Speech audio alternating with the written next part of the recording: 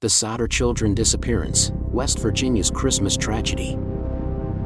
Picture a snowy Christmas Eve in 1945, in Fayetteville, West Virginia, where the Sodder family's home glowed with holiday cheer. By morning, their house was ash, and 5 of their 10 children, Maurice, Martha, Louis, Jenny, and Betty, had vanished without a trace. This wasn't just a fire, it was a mystery that turned a joyful night into one of America's greatest unsolved cases. Welcome to Sunday English, where we unravel the world's most haunting mysteries with curiosity and heart. Subscribe and hit the bell to join us as we dive into the Sodder children's disappearance. Today, we'll uncover the strange events, chilling theories, and a family's endless search for answers. George and Jenny Sodder, Italian immigrants, built a good life in Fayetteville, a small town nestled in the Appalachian Hills.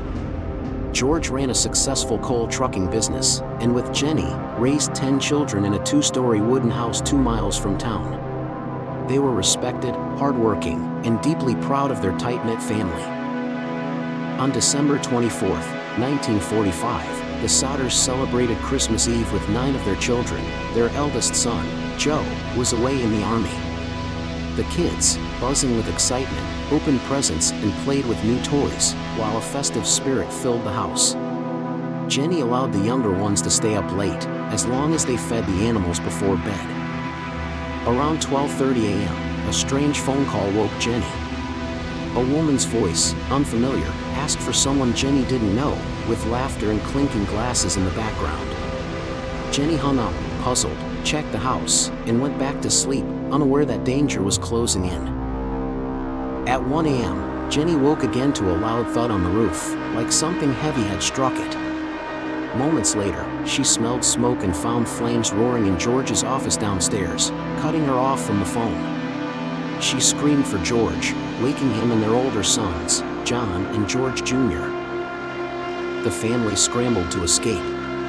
George, Jenny, and 4 children, John, George Jr., Marion, and baby Sylvia, fled the burning house, but the fire spread fast, blocking the stairs to the attic where Maurice, Martha, Louis, Jenny, and Betty slept.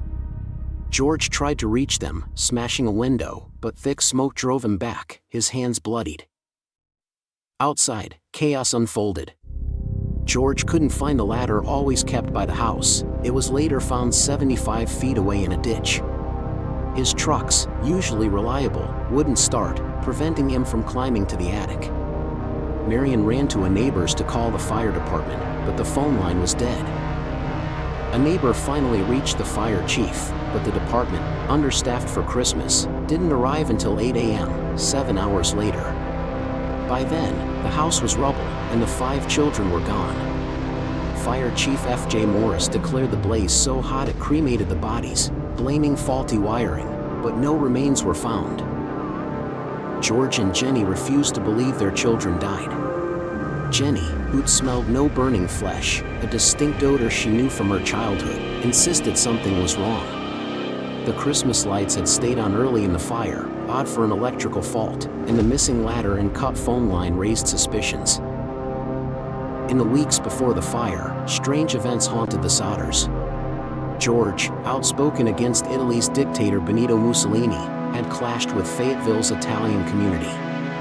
A life insurance salesman, rebuffed by George, warned, "Your house will go up in smoke, and your children will be destroyed." Another man, seeking work, told George his fuse boxes could cause a fire, despite a recent electrical inspection deeming them safe. George's older sons noticed a car lingering on the highway, its occupants watching the younger children walk home from school. These clues pointed to something sinister. The official investigation was sloppy. The coroner issued death certificates for the 5 children, citing fire or suffocation, without evidence. A brief search of the rubble found no bones or teeth, unusual for a house fire, where remains typically survive. George, heartbroken, bulldozed the site, creating a memorial garden. By 1947, hope flickered when a magazine photo showed a girl resembling Betty. The Sodders hired private investigators, chasing leads across the country. A woman in Charleston claimed she saw the children a week after the fire. Another in Florida reported a girl like Martha in a convent. none panned out. In 1949, George excavated the site and found human vertebrae, but the Smithsonian deemed them from a 16 to 22-year-old, too old for the children, and uncharred, suggesting they weren't in the fire. A fire chief later admitted finding a heart in the rubble but buried it, claiming it was beef liver when confronted. The Sodders suspected arson, possibly tied to the Sicilian mafia, retaliating for George's anti-Mussolini stance. Theories swirled. Were the children kidnapped to extort money or punish George? A bus driver claimed he saw fireballs thrown at the roof, and Sylvia found a rubber ball-like object nearby, resembling a wartime incendiary device. In 1952, the Sodders erected a billboard on Route 16, displaying photos of Maurice, Martha, Louis, Jenny, and Betty, offering a $5,000 reward, later doubled to $10,000. The sign, a Fayetteville landmark, begged, what was their fate? It stood until Jenny's death in 1989, drawing tips from across America. A 1968 letter from Kentucky gave the family hope. It contained a photo of a young man resembling Louis, with a cryptic note, Louis Sodder. I love brother Frankie. Ill boys. A 90132 or 35. The Sodders hired a detective, but the trail went cold in Central City, Kentucky, the letter's postmark. Sightings kept the mystery alive. A Texas bar patron overheard talk of a Christmas Eve fire in West Virginia. A Houston woman claimed Louis confessed to her, saying he and Maurice lived in Texas. A South Carolina waitress served 5 children resembling the Sodders on Christmas morning, but they vanished before police arrived. The West Virginia legislature held hearings in 1950, but Governor Oki Pattison and police declared the case hopeless, closing it. The FBI, citing possible kidnapping, investigated for 2 years but found no leads. The Sodders, undeterred, printed flyers and chased every tip, no matter how small. One theory suggests human trafficking. The children, aged 5 to 14, could have been taken by a ring, told their family died, and raised under new identities. The lack of remains and reported sightings support this, but why target the Sodders, and how is it executed so cleanly? Skeptics argue the children perished in the fire, their remains missed in the rushed search. West Virginia's fire marshal noted young children often hide in fires, curling up in closets or under beds, and the blaze's intensity could have destroyed evidence. Yet, no teeth or bone fragments were found, defying typical fire forensics. Another idea points to a cover-up. The fire department's delay, the buried heart, and the town's reluctance to investigate fueled rumors of local corruption. Some believe Fayetteville officials, possibly tied to the mafia, protected the culprits, leaving the Sodders to fight alone. George's Italian roots add complexity. Born Giorgio Sodder in Sardinia, he immigrated at 13 and rarely spoke of his past. Some speculate he fled enemies in Italy, who tracked him to America. A 2025 podcast suggested the Ill Boys note referenced Sicilian code, though it's unproven. The fire's cause remains disputed. A 2023 forensic review of similar fires noted that house fires rarely cremate bodies completely, especially in 45 minutes, as this one did. The cut phone line, missing ladder, and disabled truck suggest sabotage, but no arrests were made. Fayetteville's landscape shapes the story. The rugged Appalachians, with their misty valleys, feel like a place where secrets hide.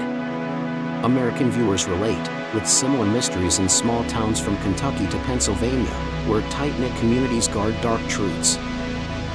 In 2025, the Sodder case thrives in true crime circles. TikTok sleuths analyze the Kentucky photo, while ex-posts debate mafia ties versus a tragic accident. A 2024 YouTube documentary, viewed 3 million times, reenacted the fire, sparking renewed interest in the case. Sylvia Sodder, the youngest survivor, died in 2021, believing her siblings lived. Her daughter, Jenny Henthorne, told a 2022 interviewer, "My grandparents never gave up hope." It's a love story. The family's refusal to quit resonates, making the case a symbol of parental devotion. The Sodders' pain was relentless. George died in 1969, Jenny in 1989, both chasing answers. They wore black, an Italian mourning tradition, and answered every late-night call, hoping for news. The billboard, their plea to the world, stood as a testament to their grief. Pop culture embraced the mystery. The History Channel's History's Greatest Mysteries covered it, and a 2025 novel, The Christmas Vanishing, reimagined the children's fate. True crime podcasts like Casefile dissect the case, blending facts with eerie speculation. Locals share haunting tales. A 2025 Fayetteville resident claimed her grandfather saw a car speeding from the Sodder house that night, carrying children. Another recalled ghostly cries near the Memorial Garden, though skeptics blame the wind whistling through the hills. The mafia theory persists. A 2024 X thread linked the fire to Italian organized crime in West Virginia's coal country, citing George's business success as a motive.